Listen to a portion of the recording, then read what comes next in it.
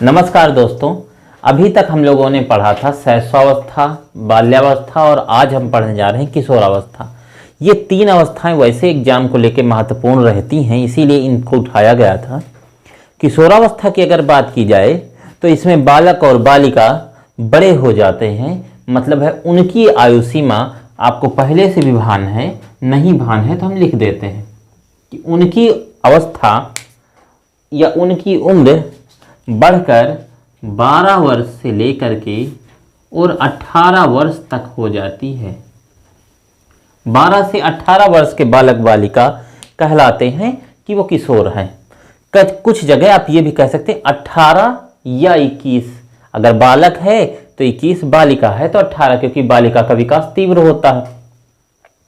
लेकिन यहाँ जो मेजॉरिटी में समझने वाली बात है वो ये है कि ये जो किशोरावस्था होती है, हमने आपने और मोस्टली टेट एग्जाम दे रहे अभ्यर्थियों ने ये उम्र झेली है। सभी ये उम्र पार करके अब बीएड बीटीसी करके, डीएलएड करके, बीएलएड करके और अपने परीक्षा की प्रिपरेशन, कुछ ने टेट पिछले बार दे लिया, किसी का सुपर टेट, लेकिन ये अवस्था पार कर आए हैं हम सभी।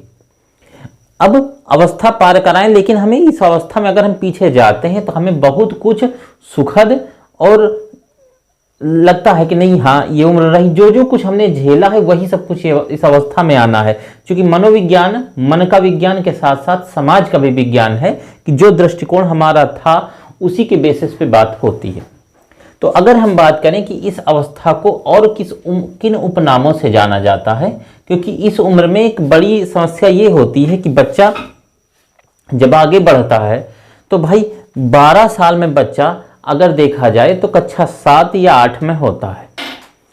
अगर आप एनईपी 2020 के दृष्टिकोण से देखें तो ऐसा भी बच्चा हो सकता है जो कक्षा 8 को पार भी कर जाएगा 12 साल 13 साल की उम्र में हो। लेकिन इसकी जो मेजर एज है वो कक्षा 9 से लेकर के 12 तक की उम्र में या स्नातक के प्रथम वर्ष तक बच्चा किशोरावस्था में रहता है। और इस उम्र में मोस्टली बच्चा पहुंचते पहुंचते उसमें अमूर्तता आ जाती है। काफ़ी हद तक वो XYZ के बीच में रिलेशन करने लगता है, गुणनखंड निकालने लगता है। और ये बालक के साथ इसे अपने जो सबसे संबंधी सगे हैं, माता पिता हैं और गुरुजन हैं, उनसे इसको ऐसा लगता है कि हमारे दुश्मन से हैं। और इसमें अपने व्यवसाय के चयन को लेकर एक उथल पुथल हो जाती है, जिसको हम झंझावत भी कहते हैं। अभी हम आगे बात भी करेंगे झंझावत की अवस्था। तथा इस उम्र में एक विषमलिंगी भावना का विकास हो जाता है। ऐसा बहुत कुछ होता है इस अवस्था में। और इसमें मुख्यतः अपने भविष्य को लेकर बालक में एक चिंता सी बनी रहती है। तो इसके कुछ उपनाम कौन कौन से हैं, पहले उन पे हम बात कर लेते हैं। किशोरावस्था एडोलसेंस को किन उपनामों से जाना जाता है? तो इसे कहा जाता है अमूर्त चिंतन की अवस्था। अमूर्त चिंतन की अवस्था किसे कहा जाता है? तो किशोरावस्था को अमूर्त चिंतन की अवस्था। इसे हम कहते हैं, अमूर्त चिंतन के साथ ही हम इसको ये भी कह सकते हैं, इस अवस्था में बालक और बालिका दोनों की बात है। हम बालक कहेंगे का मतलब ये नहीं सिर्फ हम बालक की बात कर रहे हैं या सिर्फ हम बालिका की बात कर रहे हैं, दोनों की बात होती है बालक का मतलब। इस अवस्था में अमूर्त चिंतन के साथ साथ इसे हम ब्यूटी एज भी कहते हैं। इस उम्र में आपने देखा होगा कि इस उम्र में ज्यादातर बालक बालिकाएं सजो सामान का काम बहुत करते हैं, सजते बहुत हैं, क्रीम पाउडर बहुत लगाते हैं, इसलिए इसको ब्यूटी एज कहते हैं। क्योंकि इस उम्र में विषमलिंगी भावना का, ब्यूटी एज या सौंदर्य अवस्था भी कहा जाता है, सौंदर्य बोध की अवस्था। अगर यहां हम इस अवस्था को इस ब्यूटी क्रीम से बाहर निकाल कर भी देखें तो सौंदर्य बोध अर्थात बालक में सुंदरता का ज्ञान कि अपनी साजो सामान को कैसे सजाएं। देखा होगा इस उम्र में बालक अपनी कॉपी किताबों पर कवर चढ़ाना, अपनी गाड़ी या अपनी साइकिल को स्वच्छ रखना, ऐसे बहुत से काम हो जाते हैं। तो ये हम ये भी कहते हैं, इसे सौंदर्य बोध की अवस्था भी कहा जाता है। इसको हम टीन एज भी कहते हैं, टीन एज भी कहते हैं, क्योंकि ये 13, 14, 15, 16, 17, 18, 19 तक जाता है।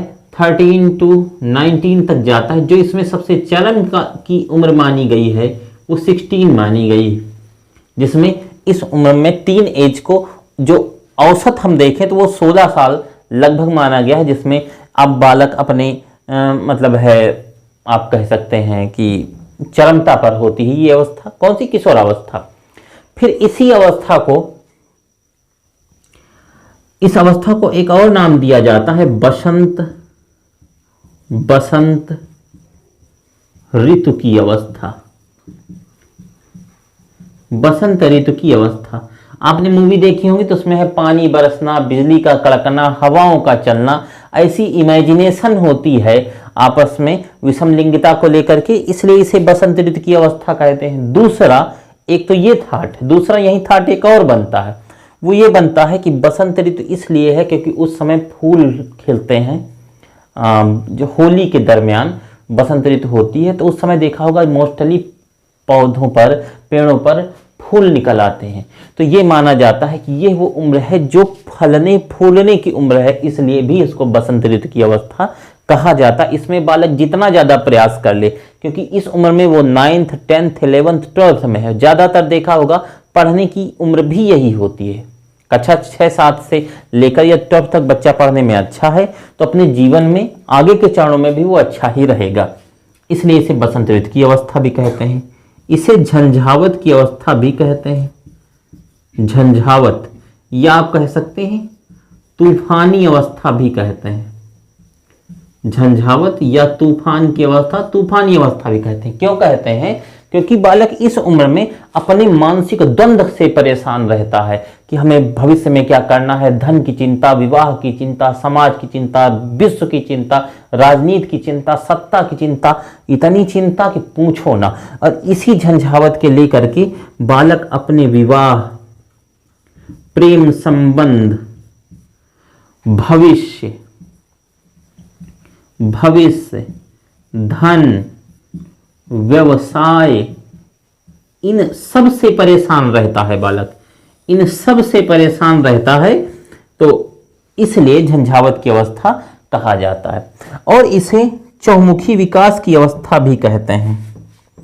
चहुमुखी विकास होता भी इसमें है और चहुमुखी विकास की अवस्था भी कहते हैं, क्योंकि यहां तक पहुंचते पहुंचते पाया ये गया कि बालक में शारीरिक विकास, चहुमुखी विकास की अवस्था भी कहते हैं। क्यों कहते हैं? क्योंकि इसमें शारीरिक विकास, मानसिक विकास,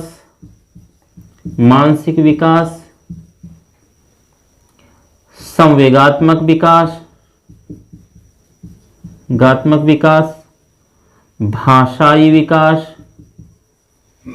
भाषाई विकास, सामाजिक विकास, वैयक्तिक विकास, नैतिक विकास, व्यावसायिक विकास, बहुत सारे विकास होते हैं। चौमुखी लिखी ही दिया है, मतलब है कोई भी ऐसा विकास नहीं होता जो इस अवस्था में ना हो, इसलिए इसे चौमुखी विकास की अवस्था भी कहा जाता है।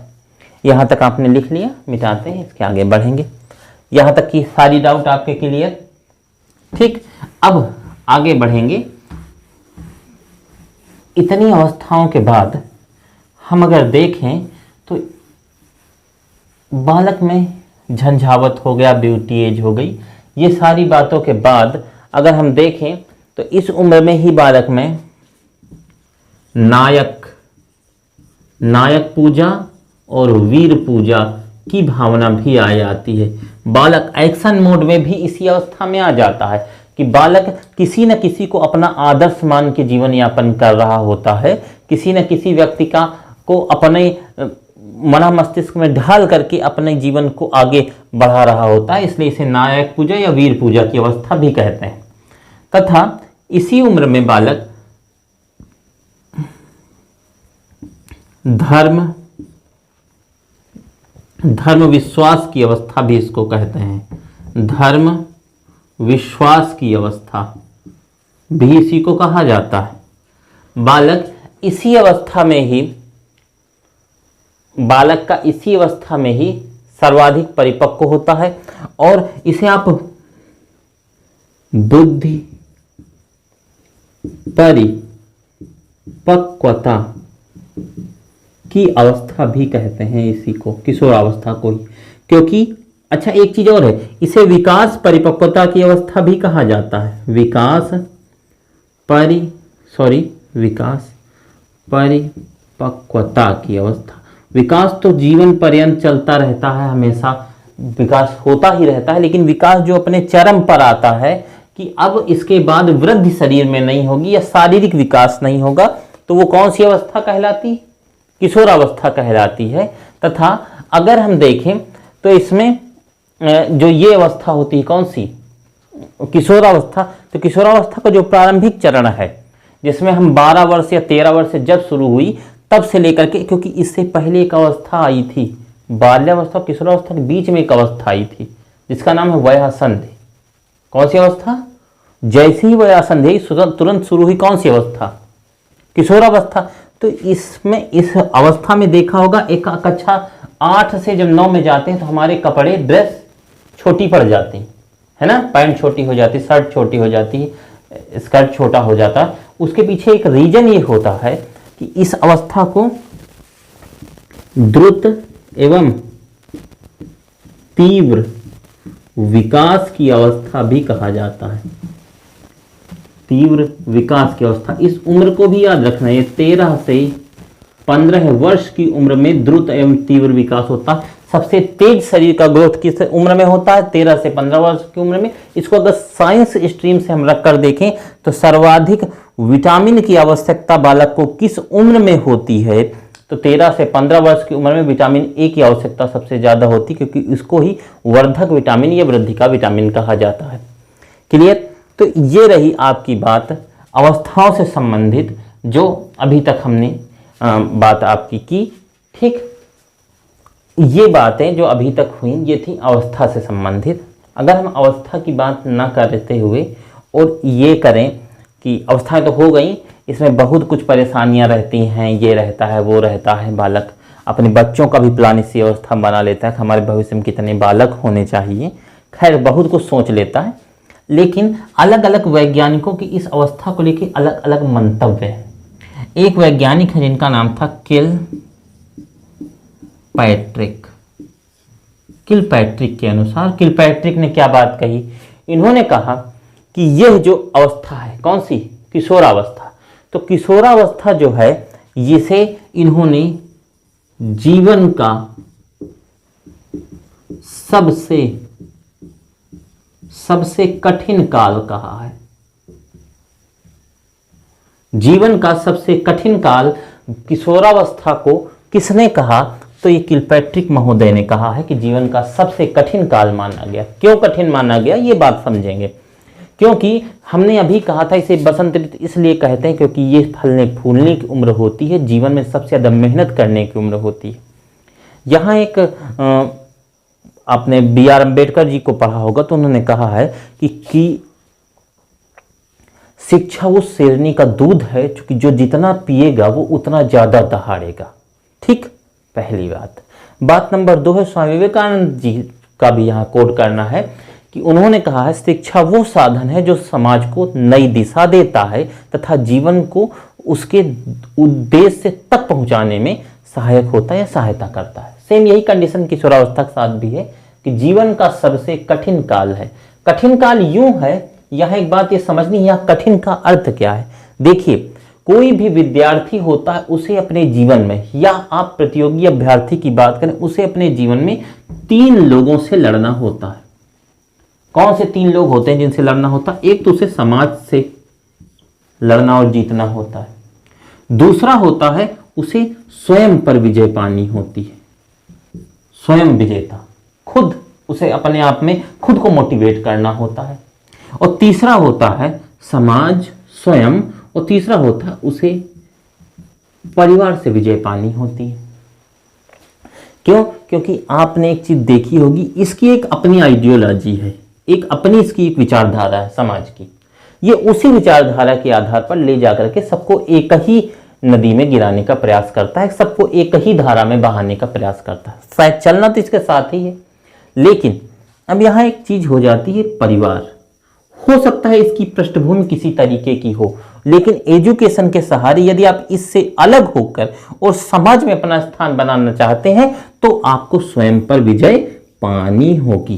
क्लियर? इसलिए इसको कठिन काल कहा जाता है, क्योंकि किशोरावस्था में ही हमें धर्म पर विश्वास, समाज पे अपना स्थान बनाने की ललक, अपने को नेता बनने की चाहत, ये सबका सब किशोरावस्था में होता है। जब सारा भवकाल, तो फिर समाज में आपको अपना, सोसाइटी में कुछ ना कुछ वैल्यू भी तो अपनी बनानी है।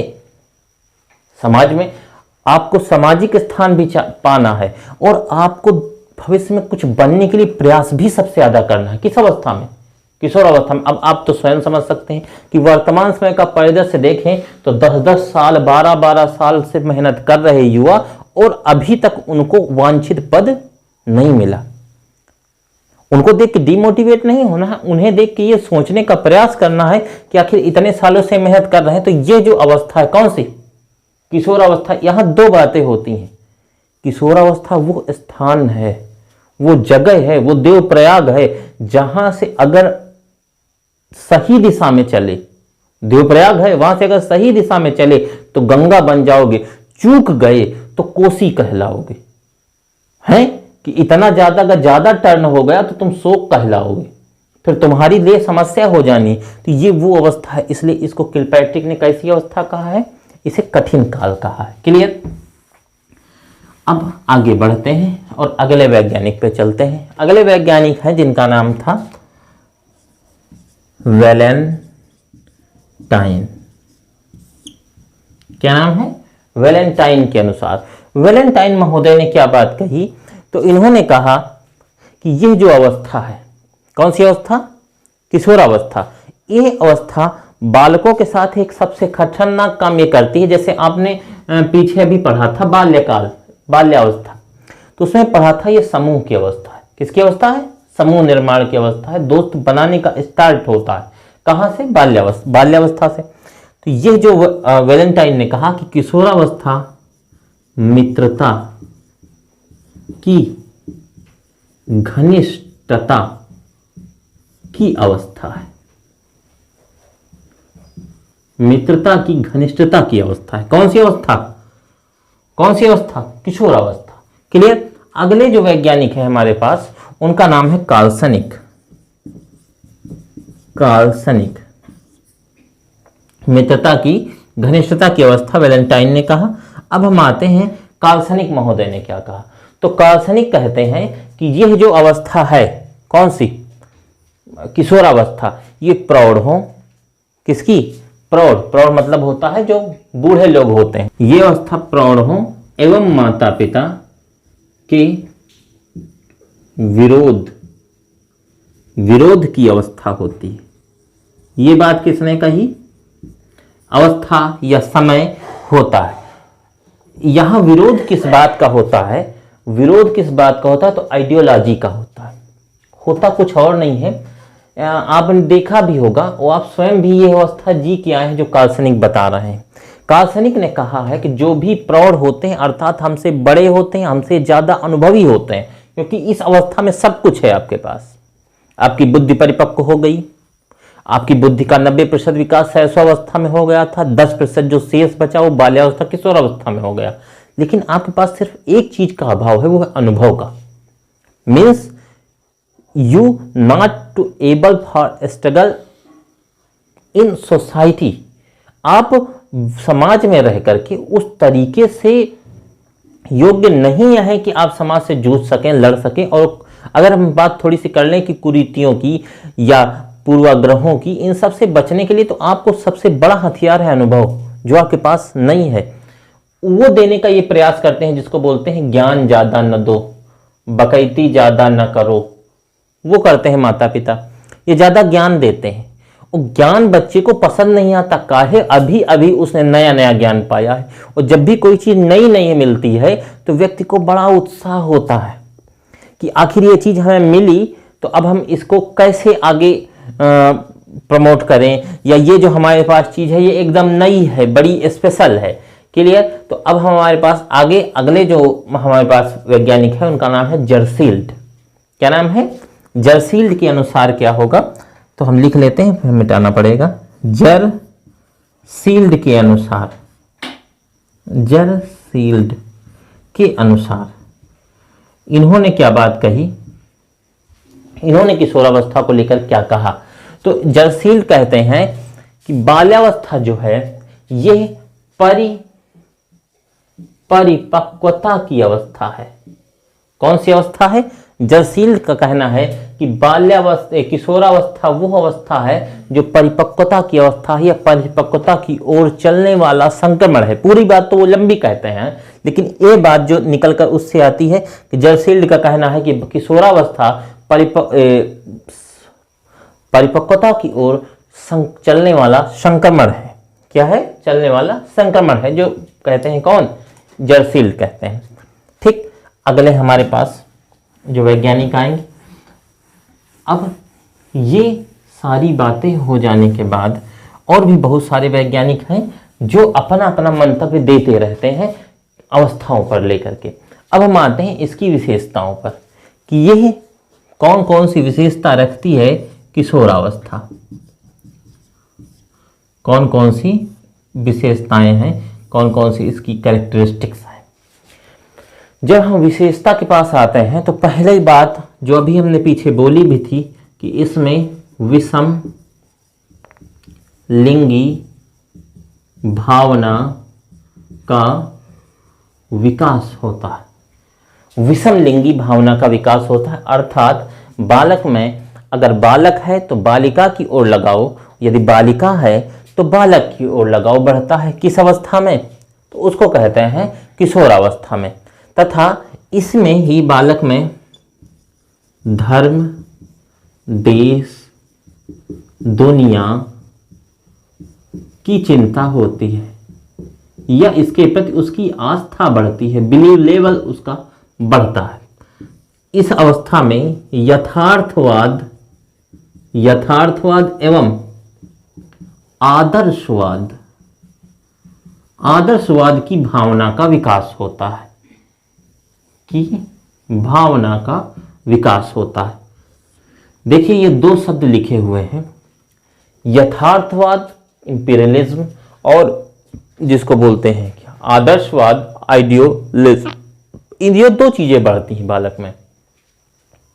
आदर्शवाद से अगर हम मतलब समझें तो आदर्शवाद है किसी के प्रति मृदु विचार रखना, ये आदर्शवाद है। यथार्थवाद क्या है? किसी भी चीज को तर्क पर कसते हुए या तर्क की कसौटी पर कसते हुए उसकी सिद्धि तक तब तक नहीं पहुंचना जब तक वो चीज हमारे सामने उपस्थित ना हो, यथार्थ ना हो, तब तक भौतिकता को ही केवल प्रमाणित करना, किसी भी फर्जी की चीज को न मानना। जैसे बालक इस अवस्था में ईश्वरवादी बातों से थोड़ा कम विश्वास करता है, जबकि साइंटिफिकली यदि आप कोई चीज प्रूव करें तो मानने को तैयार होता है। वैज्ञानिक आधार पर किसी भी बात को मानेगा, किसी भी बात को आस्था के आधार पर ऐसे नहीं मान लेगा कि यहां से गायब हुए और वहां पहुंच गए, ऐसा नहीं मानेगा। अगर आपने कहा गंगा पूजनीय है, वो आपने कहा ये शंकर की जटा से निकली, ये बात बच्चा मानने को तैयार नहीं होगा।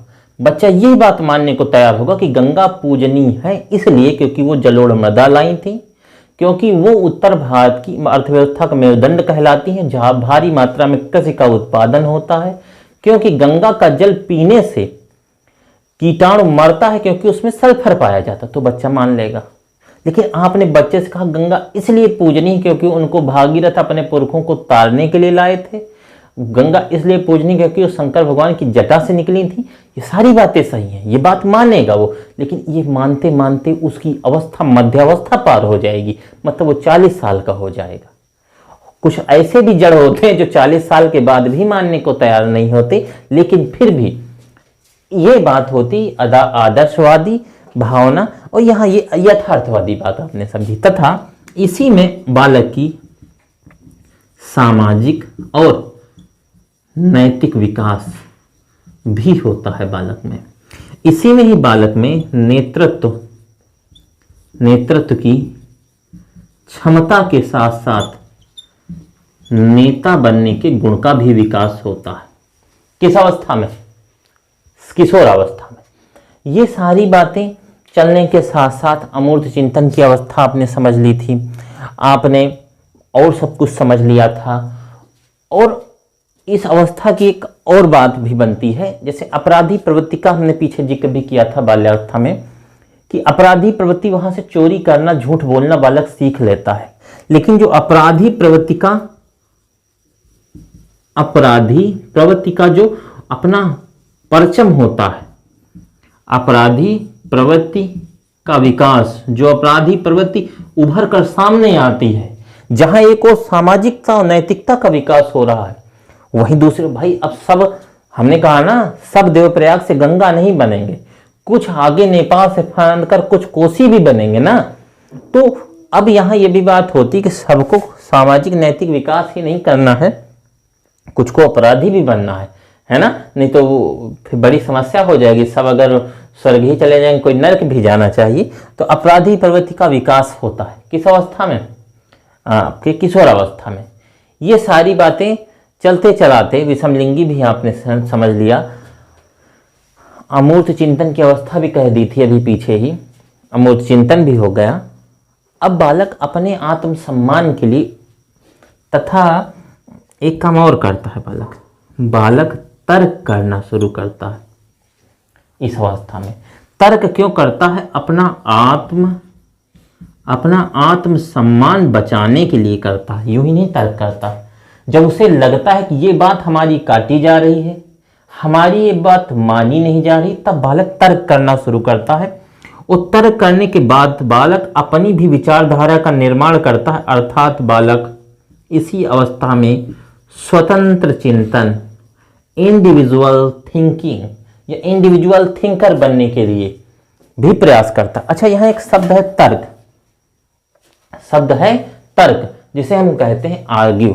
क्या कहते हैं? आर्ग्यू, या कुछ लोग इसे रीजनिंग भी कह सकते हैं। रीजनिंग नहीं होगी, रीजनिंग तो है आप अपने मस्तिष्क से चिंतन के माध्यम से जो तर्क करते हैं वो रीजनिंग है। लेकिन यदि आप समाज में लोगों से कम्युनिकेट करके तर्क करते हैं तो वो आर्ग्यू है। बालक चिंतन और तर्क, दो प्रकार के तर्क बालक करने लगता है, अपना सम्मान बचाने के लिए, सामने वाले से तर्क अपनी बात सिद्ध करने के लिए, जिसको हम कहते हैं आत्मीकरण।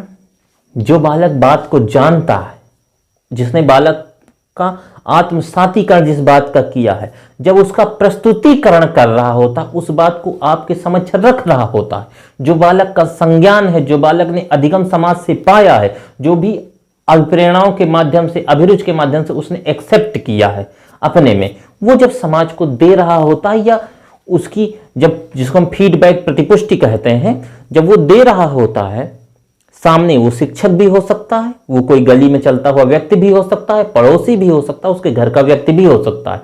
तो जब उसका प्रस्तुतिकरण करता है, यदि वो ज्ञान के आधार पर, अपने ज्ञान के आधार पर, जो उसका संज्ञान हुआ था, कॉग्निशन हुआ था, उसके आधार पर जो नॉलेज बेस पे बोल रहा है, उसको हम कहते हैं तर्क। अब देखो, एक चीज ये भी होती है, यदि तर्क को हम कहें तो तर्क को कुछ लोग तर्क नहीं कहते, कुतर्क कह देते। कुतर्क तब होता है जब व्यक्ति किसी बात को जानते हुए और उसका नकारात्मक पक्ष बोलता, तो उसको कुतर्क कहता है। लेकिन किशोरावस्था में बालक की बात को आप कुतर्क नहीं कहेंगे। यदि बालक ने किसी भी बात को लेकर कुछ ऐसी आइडियोलॉजी दी जो पुस्तकों में उल्लिखित नहीं है, बालक कह रहा है कि यदि ब्रह्मा थे और उनका जन्म विष्णु की तोंदी से हुआ, ये बात सही है, वेदाज में अगर लिखी है, अगर ये कहीं पुस्तक में उल्लिखित है तो सही है, सही होनी चाहिए। मैं इस बात को नहीं काट रहा हूं, मैं किशोरावस्था बालक की बात कर रहा हूं कि तोंदी से, विष्णु की तोंदी से, विष्णु क्षीर सागर में शेषनाग पे लेटे हुए हैं। एक बालक बोल रहा है, हमारा कोई सरोकार नहीं, लेटे हुए हैं और उनकी तोंदी से, नाभि से मतलब निकलकर कमल ऊपर गया और उस पर ब्रह्मा जी का जन्म हुआ। ब्रह्मा जी उस पर विराजमान है, बैठे हैं, जन्म नहीं भी हुआ तो बैठे हैं। अब यह बात समझाने के लिए आप किसी किशोर को लाइएगा जिसकी उम्र 18 साल या मैक्सिमम जो अभी हमने बोला था 21 साल तक के बालक या बालिका को लेके आइएगा। यह बात यदि उसकी आस्था इस क्षेत्र में कम हो, वो धर्मवादी या आदर्शवादी कम हो के बजाय वो यथार्थवादी विचारधारा पर विश्वास करता हो, आप उसे लेके आइएगा। ये बात आप उसे मनवा नहीं पाएंगे। मनवा सकते हैं ऐसा नहीं कि नहीं मनवा सकते, लेकिन ये मनवाते मनवाते हो सकता है उसकी उम्र बहुत हो जाए। ठीक, तो ये सारी बातें किस अवस्था की होती हैं? तो ये किशोरावस्था की विशेषताएं हुई। आपने उसके उपनाम देखे तथा वैज्ञानिकों द्वारा दिए गए कथन देखे। ठीक, ये सारी बातें बालक में होती हैं। भविष्य निर्माण, भविष्य में क्या बनना, ये सारी बातें किशोरावस्था में होती हैं। ये बालक के साथ भी होती हैं, बालिका के साथ भी होती हैं। इस अवस्था में बैग टांग के चलना, लाली लिपस्टिक लगाना, बढ़िया काजल वाजल लगाना, पर्स लेके चलना, मोबाइल लेके चलना, देखो इनके हाथ में भी मोबाइल, इनकी जेब में भी मोबाइल है ना। तो ये सारी सब भौकाल, बढ़िया जीन्स पहनना, रंगबाज टी शर्ट पहनना, ये सब रहता है। ठीक, तो ये रही हमारे पास किशोरावस्था। मिलते हैं आपसे अगली क्लास में, तब तक के लिए नमस्कार।